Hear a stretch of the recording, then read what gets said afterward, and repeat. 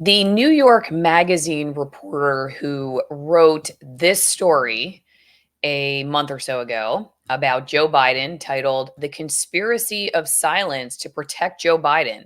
The President's Mental Decline Was Like a Dark Family Secret for Many Elite Supporters," written by Olivia Nuzzi. And we talked about this on the show. She lost a major ad campaign after writing this. And she went on this media circuit talking about how she was being punished because she basically exposed this cabal that was working behind the scenes to essentially oust Joe Biden and also to keep quiet what exactly was going on behind the scenes. So basically exposing that DC is a big hot mess, which we all already know. This particular reporter is now on leave. New York Magazine came out with a statement saying that Olivia Nuzzi recently acknowledged to the magazine's editors that she had engaged in a personal relationship with a former subject relevant to the 2024 campaign while she was reporting on the campaign, a violation of the magazine's standards around conflicts of interest and disclosures. Had the magazine been aware of this relationship, she would not have continued to cover the presidential campaign. An internal review of her published work has found no inaccuracies or evidence of bias. She is currently on leave from the magazine, and the magazine is conducting a more thorough third party review. We regret this violation of our readers' trust. Somehow, even though she hasn't named RFK Jr. and New York Magazine has not named RFK Jr., everybody and their mother is now reporting that it is RFK Jr. If we go over to the article written by the New York Post, their headline is "Star Political Reporter Olivia Nuzzi on leave from New York Magazine over alleged sexting relationship with RFK Jr." Now, so far, everything I've read has said that they maybe only met one time. She did a story about him at one point, and they met. And then she says she had developed a digital relationship. Uh, so if we scroll down here, and again, it says Nuzzi, without naming the 70-year-old Kennedy scion, so she never named him, admitted in a Thursday night statement that earlier this year, quote, "The nature of some communications between myself and a former reporting subject turned personal." The 31-year-old star political reporter insisted the relationship was not physical in nature. I did see she was engaged to a Politico reporter, and recently they called off the engagement. Sources told the Post that Nuzzi and RFK Jr. were allegedly sexting while she was engaged and he was married. Okay, uh, let's break this down for a second. Okay, there is a lot going on here. Again, she has, according to what I've read, quote, confessed that she has had this personal relationship while she was reporting on the campaign. And that's what New York Magazine's saying, too. That would be a violation of their standards. And that she would have been barred from covering the presidential election if the magazine had been aware of the relationship. Which also, according to New York Magazine, right in the statement I read you, they did not identify Kennedy by name. I have no idea. I honestly have not read who was it exactly that told everybody it was RFK Jr. Was it her fiance, her ex-fiance? I mean, how did people find out about this? Everybody's running with it. I mean, New York NPR has it. Magazine writer Olivia Nuzzi is on leave over an alleged relationship with RFK Jr. I saw it because it's trending on Twitter. Everybody's talking about it. And I'm going to go back to discussing what exactly I think is kind of prompting this, because as I started this live stream, and I do mean and intend to tie these together, Olivia Nuzzi has recently been very critical of what it's like to go against the grain in DC political reporting.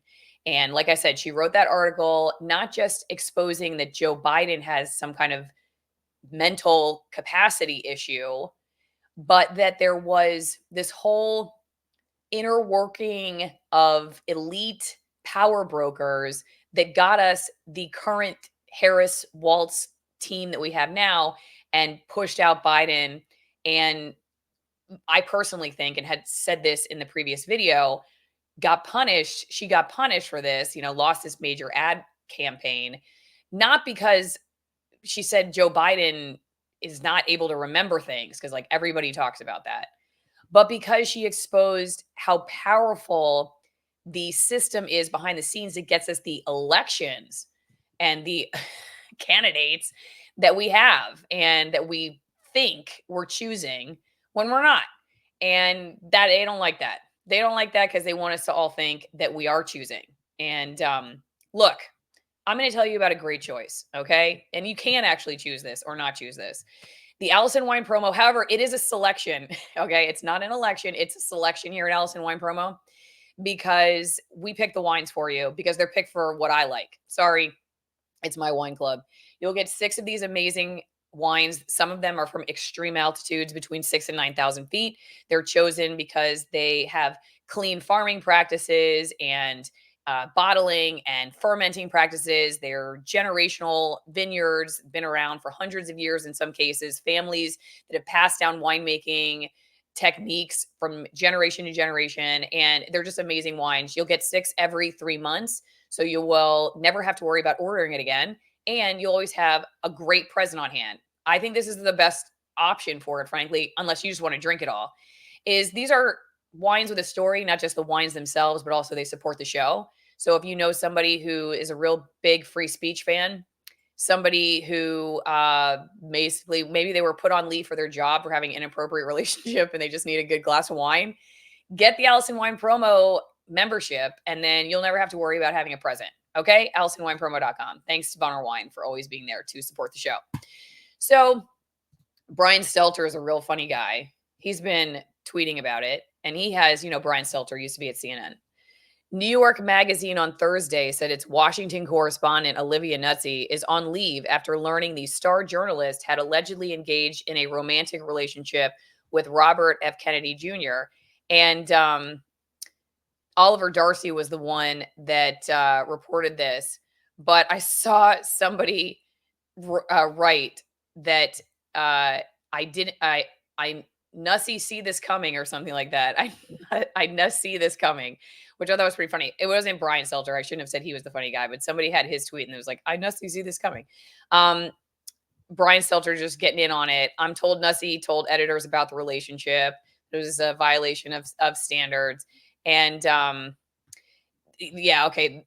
This is what everybody's pulling up. Olivia Nuzzi's tweet for the new issue of New York Magazine. I went hiking with Robert F. Kennedy Jr. That's allegedly where this all began. I have not seen a tweet from her talking about this, though allegedly she had a statement. But I will bring your attention to the stuff that she's got on her Twitter. The pinned one is the article that she wrote. In January, I began hearing similar stories from Democratic officials, activists, and donors who came away from interactions with Joe Biden disturbed by what they had seen. And then she writes about this conspiracy. Yes, honey. Okay, I'll come help you in 1 second. And then she talks about, let's see here. Okay, this is not a big deal, but okay. A lot of critics have asked me, why would I humanize Donald Trump? I see the search for Trump's humanity and an assessment of its limitations as a worthwhile exercise. If you're not interested, you don't have to read it. She's kind of crossed the line in political reporting, like trying to humanize Trump, exposing the cabal behind the DC elections/selection process. And I'm not saying that she didn't do anything wrong. I'm just saying that I think the timing is interesting, and I'm gonna play this quick video that I saw of The Hill Rising talking about this. And this will explain to you why I think there's something fishy behind the scenes of why we're hearing about it, because you're going to hear this lady who I don't recognize. I haven't been watching The Hill Rising for a while, and I don't know who they are, and I also don't recognize the set. But anyway, this is what she says about the reporting in DC, okay, after discussing this whole thing, saying, this relationship, if true, inappropriate and should not have been covering RFK Jr. or the presidential campaign. And I totally agree with that. Frankly, I think if all of this is true, it's grounds for termination. And I have no problem saying that. But the timing of the exposing of it is fascinating to me. So listen to what she has to say. But yeah, I mean, this is obviously troublesome. It's become very common among some reporters. It is part of the DC game, right? These people want the quid pro quo. In exchange for access, I write nice stories about you. And I think, frankly, we've seen some of this on the Kamala Harris campaign with the media, because it took a couple of months before mainstream media figures really started encouraging her and challenging her to do more media interviews. And I think that pressure should have come way sooner. And I don't have a good explanation for that, other than these people have been covering the Biden administration or covering Kamala as vice president, and were reluctant to kind of anger her because they want to continue to have that access. Apparently, according to reporting, she and her team were having off-the-record meetings with the media, right? Quite a bit of engagement off the record, right? On which doesn't benefit stuff like that. Which really doesn't benefit the American public. It benefits the media. It colors stories, right? And things like that. It colors, yeah. Mm-hmm. But it's not the type of access that the American people would want when you're covering a presidential campaign. Yeah, certainly more. Okay, so basically, yeah, she's just like, hey, it's the name of the game, the quid pro quo way of doing things in DC. You scratch my back, I'll scratch yours. And I don't know if she's trying to say that exactly what we're hearing in this particular case is common, but she's definitely saying that the circles in which the reporters and the reported on in politics in the DC world, the lines are blurry. And of course, we talked about this before, about how, I honestly think one of the biggest issues in modern day journalism is not so much where the money's coming from. And Matt Taibbi has talked about this before, how like journalism reporting, it went from kind of a dogged blue collar job where you were not really looked at as any kind of celebrity of any kind, to now rising to mini celebrity status, having your own branding and going to the cocktail parties. And I've said many times, I think the White House Correspondents' Dinner is so gross. I don't even know why everybody gets together and drinks and thinks that's normal if you're a White House correspondent and you just get together and rub elbows with each other. I've always just thought that was very weird, but that's just normal. And that should tell us like how this whole thing works.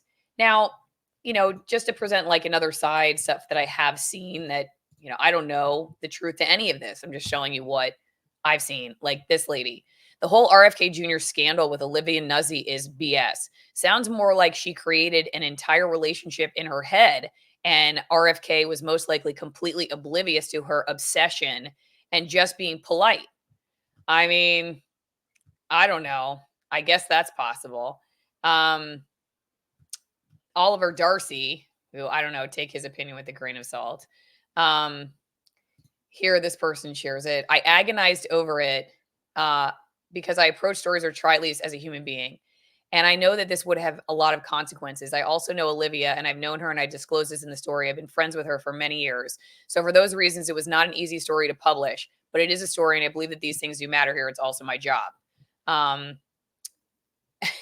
So I don't know. A lot of people are dunking Stephen Miller on Olivia Nuzzi right now over the whole Kennedy thing. But as a friend, I'm just thankful that she's not drowning in the backseat of a car right now. Ouch.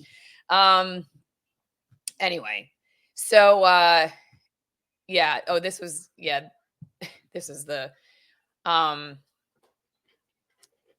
is the whole like just Twitter funny side of it all.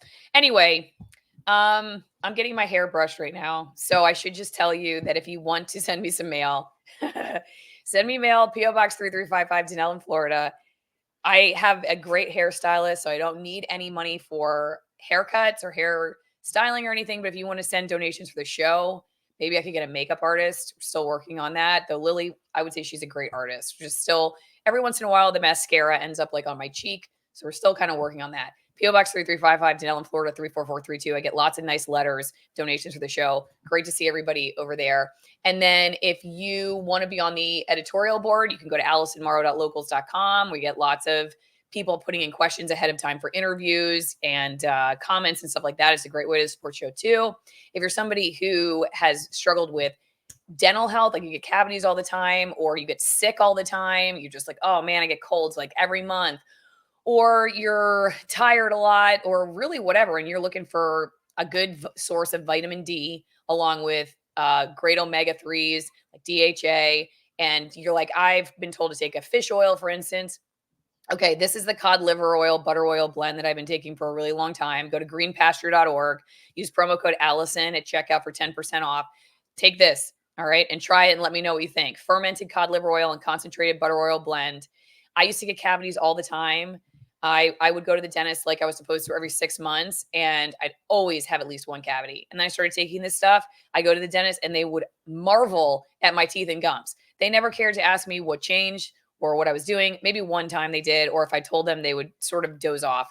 But I like the cinnamon tingle flavor. My kids take it, right? You take it, Lily.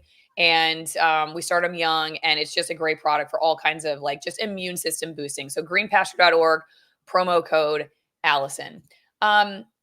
One final thing to just put out there, I think going back to the article that I wanted to show originally, The Conspiracy of Silence to Protect Joe Biden, the one she wrote.